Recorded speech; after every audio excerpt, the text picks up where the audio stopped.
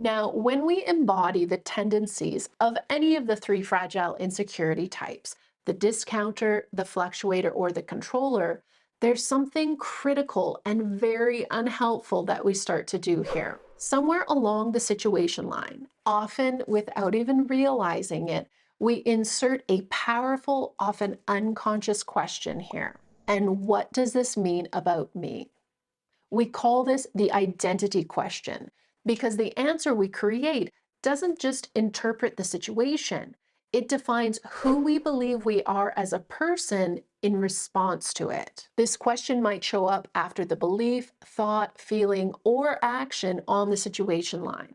But no matter where it enters, the moment we ask this question, we form a dysfunctional link between the situation line and the self line where we begin to define how we feel about ourselves internally based on what happened externally. This sounds like, I feel disappointed about what happened, therefore I feel disappointed in myself.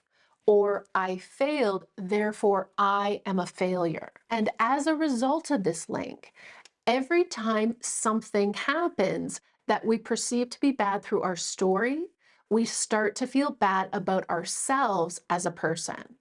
And when we feel bad about ourselves, which we can also describe as a belief about ourselves that we're not good enough, this means that a feeling of insecurity has now been generated.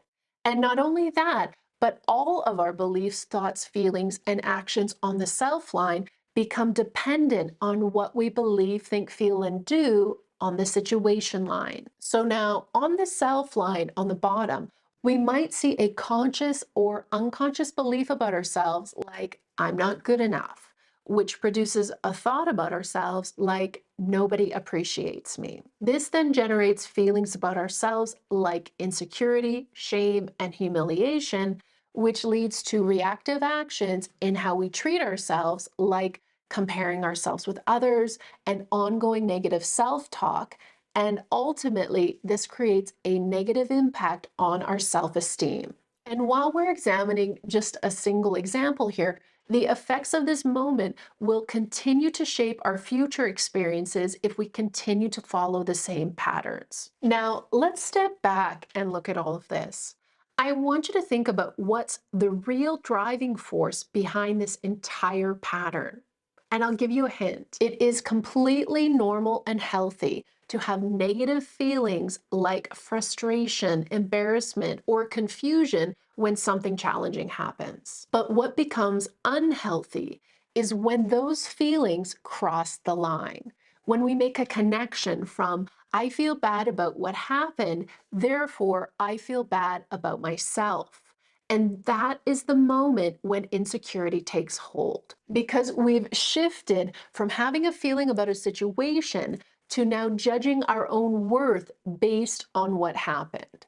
And so the driving force here, the mechanism behind insecurity and all of this dysfunction is due to the placement of the identity question. When we place the identity question between the situation line and the self line, it links the two together. And this is what creates a pattern we call confidence confusion.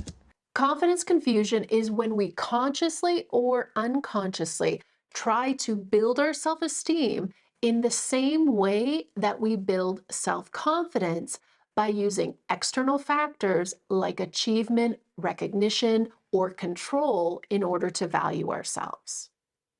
But unlike self confidence, which can grow through the development of external factors like our skills, talents, and experience, self esteem isn't meant to be earned or proven in that same way. Instead, self esteem is built through internal factors like developing and living in alignment with our values and character. For example, by approaching ourselves with compassion or embodying resilience and persistence during a challenging moment. To illustrate this, self confidence is about what we do, while self esteem is about who we are. Self confidence is what we rely on to help us give a good presentation.